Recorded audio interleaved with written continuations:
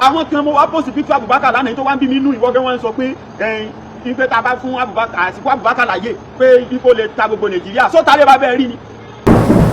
So the reality on ground now is that Tinubu can never and will never risk it. Ipe kí ẹgbẹ́ mi ó take over state under his own watch at this moment. Ẹ má ṣì mí gbọ́ o. N ò pé ìbò ní lọ bó ṣe yọ lọ o. Ní tí mò ń wí kàn o. Ṣùgbọ́n ní ti gbogbo support tó yẹ kí ẹgbẹ́ òṣèlú rẹ̀ orí gbà. Ní ti gbogbo as a party man, as a loyal party man, so he's expected to support his candidate.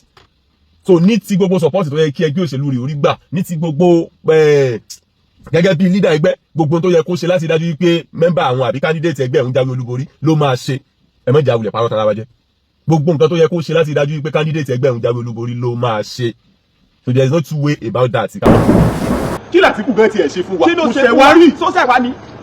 Sọ́sẹ̀ wá ni tá a bá ti yẹ Adégòkè wò lọ́yọ̀ state fún bẹ́ẹ̀ ni Taofik Adégbóyèga. ẹja yẹ Àtíkù Abubakar náà wò bàbá yẹn ti ń lé tipẹ́ ẹja fún ní chance. ká yẹ wò láàrẹ. bàbá sì wo ìṣèjọba Nàìjíríà lẹ́yìn tí bàbá wa Olúṣẹ́gun Ọbásanjọ́ tó san gbèsè tó tún Nàìjíríà ṣe tí ó bá insecurity wí ẹni tó tún ṣe dáadáa jù ní àwọn ìran Haúsá ẹja wo Yar'Adua. Buhari táwọn ń complain gan pé ìgbà rẹ̀ láyé Buhari à ń repo 300 naira à ń ra gáàsì 250.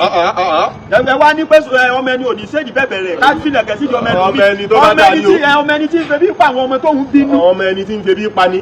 tó bá ń ṣe bí bẹ̀rẹ̀ sáwà ní kólẹ̀kẹ̀. sáwà ní kólẹ̀kẹ̀. ẹ̀yin tí baba Alado ẹ̀yin tí funny thinker àkọ́kọ́ fi opportunity àfi kí gbogbo aráàpìlẹ̀ Ọ̀ṣun la kí torí pé àwọn ni wọ́n jẹ́ ká mọ̀ pé yín ti ń jẹ́ democracy sí exist.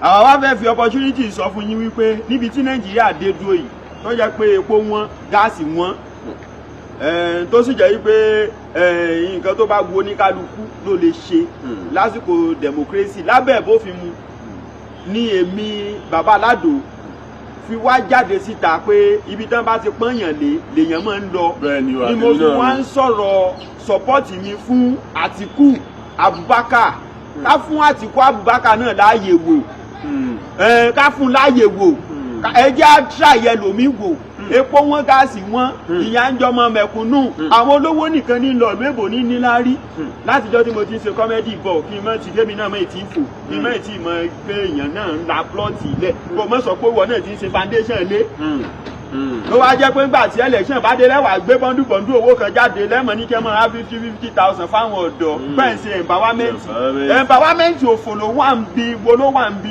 ẹ̀yìn tẹ̀ ń ṣe fọ́dọ̀ 50,000 àwọn wá post picture Àtíkù Abubakar lánàá àti Adégòkè tí ó ṣe gómìnà lọ́yọ̀ọ́ kò jù bẹ́ẹ̀ lọ. Adégòkè Taofik ọmọ Adégòkè ẹjẹ́ ayẹ bíbí rẹ̀ máa yẹn wò àní bí máa yẹn gan ṣe tutù ó mọ̀ ìpékè èsòlò sí èèyàn.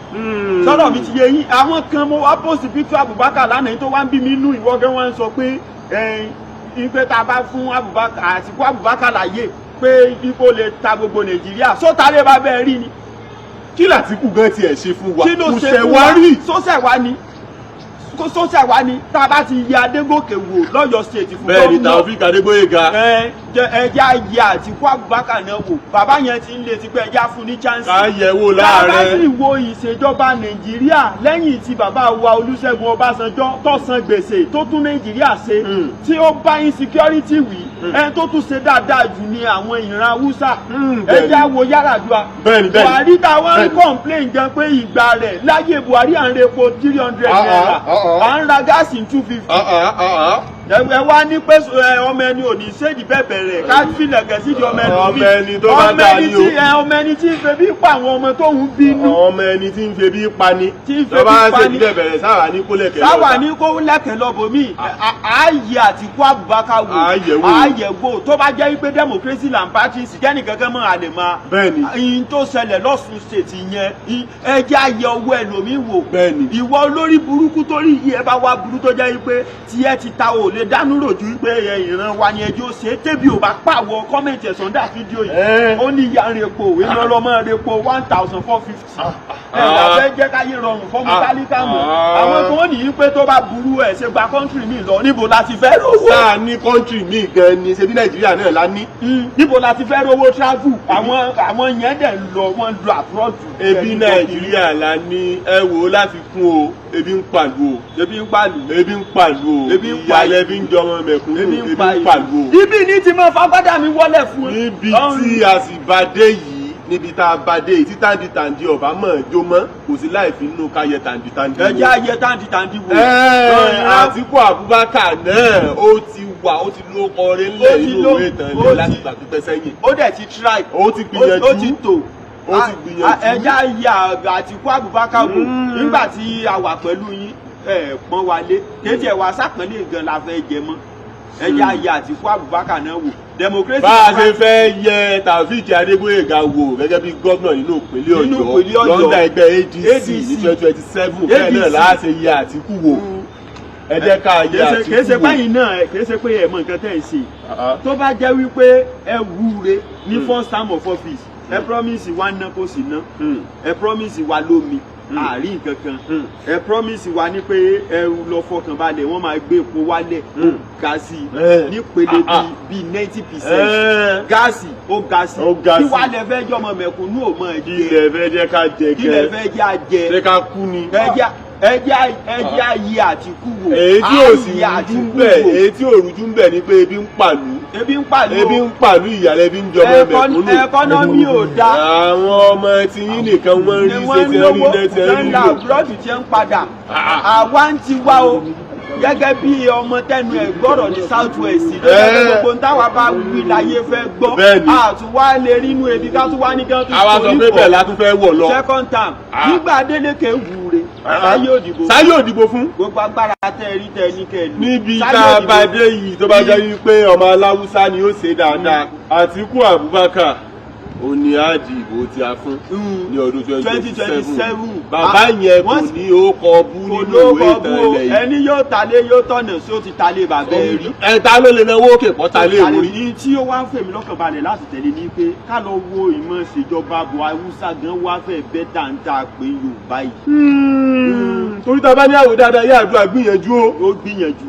Buhari gan tá a wá ń pè ó ṣe dáadáa kò yọ sọ́bsidì o àrò nílùú ẹ ti gbé pọ̀ ló wá ń fọ̀ àní tó bá kó 50,000 naira lówó báyìí tí yóò bá fi sú tó o bá tira yọ 1,000 báyìí wàhálà ti ó yá jẹ́ kí n wá mọ́ parọ́ kan fún ọ ibà wà ń kó 50,000 jáde à ń wò pé tí ó bá ti di ilẹ̀ sú yóò tàn àwọn kò rí 50,000 sọ láyé kábíyèsí Ọlọ́run àwọn kò kí wá là ń sọ kò ń sọ̀rọ̀ pé báyìí ṣé ẹ̀yin nìkan gan lẹ́fẹ́ máa rí nẹ́tẹ́ fẹ́ máa rí lónìí àwọn ọmọ tí wá àwọn wa ń wà kìsà ṣé ká máa wà kìsà tó. àwa ti jáde báyìí láti declare support wa fún Àtíkù Abubakar. àti Taofeek Adégbóyèga gẹ́gẹ́ bí gómìnà nínú ìpínlẹ̀ Ọ̀yọ́ lọ́dún 2027. tí ó bá wá gbọ́ Yorùbá kí n sọ léèbò ní end fídíò yìí Àtíkù Abubakar we are ready to follow you. We are ready to give you our support. We are ready to give you we are ready to give you a chance. Let us know what you have to offer. Bẹ́ẹ̀ni, we want to give you a chance because the condition of this country is not we don't like it. Yes. The fuel is cost. Bẹ́ẹ̀ni. The gas is cost. The economy is not good. It's not good. The promised security is not certain. We do not see it. Education is mayhem. Now. People will finish education, they will not there see is no job. work. There is no work.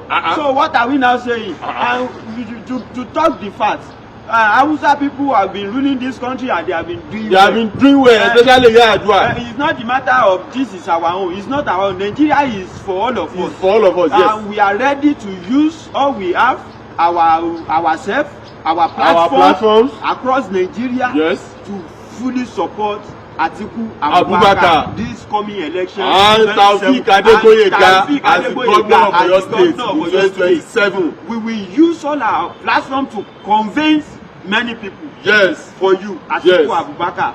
Thank you very much. We don't want. We are no more for is our son. No, we are no more for with that o. We are no more for it's our son, let him do it. If our son is not doing very well, what can we do? We cannot do anything. We cannot continue and die of hunger. Yes. Hunger is too much. Yes. People that are working is still living inside poverty. How is that even good? You will be working, and at the end of the day you will there still will be nothing remain to in show poverty. for it. I've been working as a comedian for the past years now. Countless years. You came, you said you will give us light. If you did not give us light, maybe no vote for you. Light we no see. We no see light. You said ẹ lọ fọkàn balẹ̀, a máa gbé wálẹ̀ fuel. Gbé wálẹ̀ o. He has not gbé wálẹ̀. During the Buhari regime, we are buying cement 3,000, 2,500. Now cement is 12,500. So you don't want Talika Mekunu to build house. You don't want Talika to do good. We are hitting ourselves. Now during the election, you be bringing money here and there. You be saying you are doing empowerment for the youth. 50,000. 50,000 that could not even afford to start any business. To even rent one single room. It's not possible. You cannot rent one single room with 50,000 naira. So why are we not now trying to give you Atiku Abubakar, our savior, our leader? Please save us. Come and save us in Nigeria. At least we practice democracy. We have the right to follow anybody we want to follow. So Taofeek Adegoke as the governor of Oyo State and Atiku Abubakar from the Nigeria president.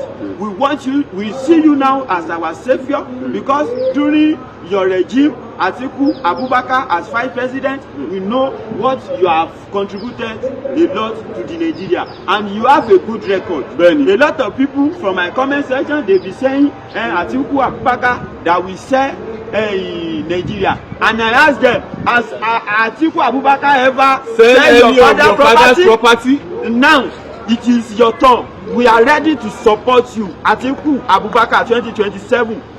My platform is more than millions, or even mine. Yes, and I have people that I have trained that their platform can reach as many as people in Nigeria. We have a lot of things we can use to convince people for you. Yes. Economy is bad. Yes. Food is cost. Yes. Number one, to convince people for you. Number two, fuel is cost. Even federal road are not good. Yes, fuel is cost from 300 to 1,400. A second thing to convince people for you that we should give you a try. Number three, gas that we buy 250, 300 is now 1,000 plus. Imagine. Number four, they promise us electricity is not stable yet. It's not stable. Number five, a lot of things to convince people for you. Let us go back to Hausa people. Then they try. Let us give another people. Gẹ́gẹ́ bí mo ti wí tẹ́lẹ̀ yẹn lára wa bí tàǹdì ọba mọ̀ ẹjọ́ kò sí láì fi inú ká gba tàǹdì láàyè. Àtìkú Abubakar kò ló kọ búnú ìwé ìtẹ̀lẹ̀ rí. Bẹ́ẹ̀ni. Kò sí ní tó búnú tá a bá yí Alhaji Àtìkú Abubakar náà wò tá a sì yí Adégbóyèga Taofeek náà wò bẹ́ẹ̀ bí gómìnà ìpínlẹ̀ Ọ̀yọ́ 2027. But please do against it is our son. Let us give. If our son is not do what we want, let's look for another's father to come and repair Nigeria for us. Atiku Abubakar, we believe you can do it. Please come 2027 and come and save us from this poverty. This poverty is too much. I cannot sing close. Thank you.